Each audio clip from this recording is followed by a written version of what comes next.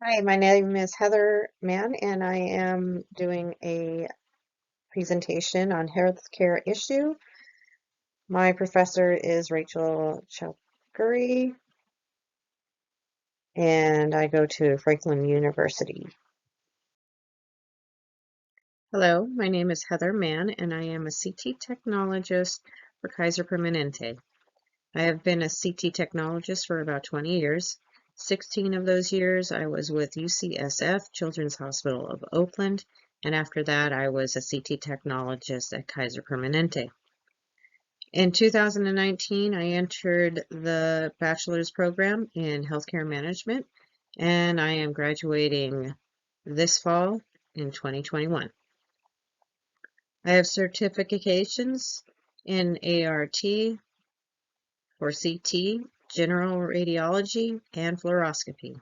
I also have my BLS, which is my basic life support certifications, and I have venipuncture. If chosen for this position, I will stand up for the needs of the physicians, the staff, and the patients. My job will include developing a strategy to achieve and integrate a line for diagnostic imaging. I will help with the department's daily operations by maintaining appropriate schedules for both the staff and the members, as well as monitoring performance improvements, safeties, and regulatory standards. I will also participate in planning major facility constructions and renovation projects to ensure the safety and effective placement of imaging equipment and efficiencies of operations. I will make sure that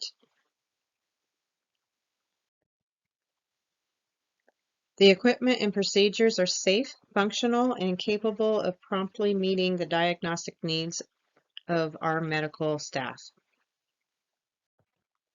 I will also be accountable for adhering to the state and federal rules and regulation on safety and quality assurance programs.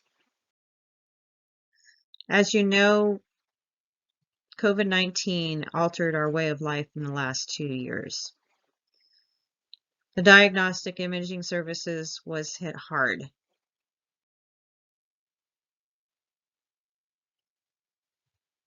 Non-urgent exams and procedures were canceled or delayed.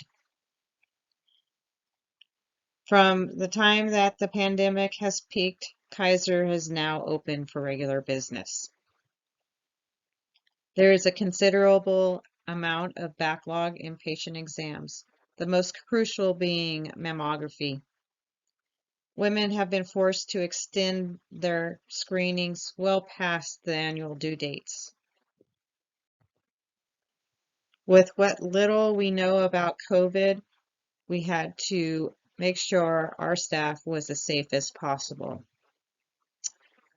With our PPE running low, it was crucial to think about safety first. Radiology that went into OR for procedures had to be postponed until it was more safe. Due to staff getting sick or schedules being closed because of that, it delayed patient care. Patient care becomes first, so staff members are willing to step up to do overtime, but then that becomes a risk because they get exhausted and may cause mistakes, which leads to calling back the patient for further imaging. Also, the doctors had to change from normal office visits to virtual care. That helped a great deal to lowering costs in traveling expenses and medical payments. Some of our barriers include the influx of revenue. Having a shortage of PPE at the beginning of the pandemic was very challenging. However, currently that is not the case. One of the barriers that we had to rectify was to take the influx of revenue. Unfortunately, the hospital and the healthcare systems face catastrophic financial challenges in light of the COVID-19 pandemic. Some of these barriers include the hospitalizations on hospital costs. The longer the patient stayed, the higher the costs were. The impact of canceled and foregone services caused by COVID-19 on hospital revenue was also another barrier. In addition, there was costs with purchasing PPE equipment. The other costs were having to provide the staff members with COVID pay, COVID daycare assistance, and other items. When we were short-staffed, a lot of people would work overtime and would potentially cause burnout with themselves. By working too much, they get exhausted and could cause a mistake, which would lead to patients having to come back and having repeat x-rays. Kaiser has two different dependencies. One is the internal dependencies, which includes the budget and the staffing. The other is the external dependency, which includes government funding.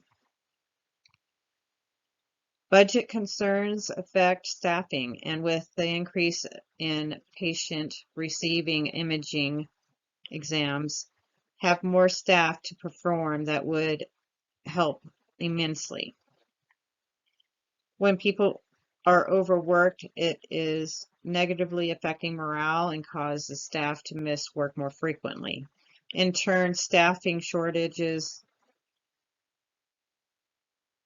customer service, and patient satisfaction are affected. If patient satisfaction scores are low, then the financial implications will include less reimbursement from the government. Less reimbursement affects the budget, which will affect wages, personnel, and funding for new equipment. So this is my iron triangle model. Starting from the top left, with the increase of exams and the lack of staffing, the time increases for patient wait time. If that happens, the patient satisfaction will decrease. Then the loss of revenue will increase.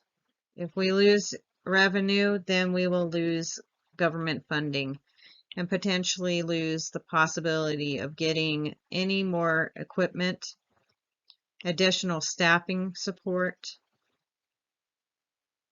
or anything else. It's very important that we are able to make sure that we have the appropriate staffing to help with the patient flow and the influx of patient care. With the pandemic, it was very hard to do that. When we are short with staff, it creates longer wait times and has a harder time just getting patients seen on a regular basis. So the best possible thing we need to do is to provide the best quality of care by first making sure it is safe not only for the staff but for our members.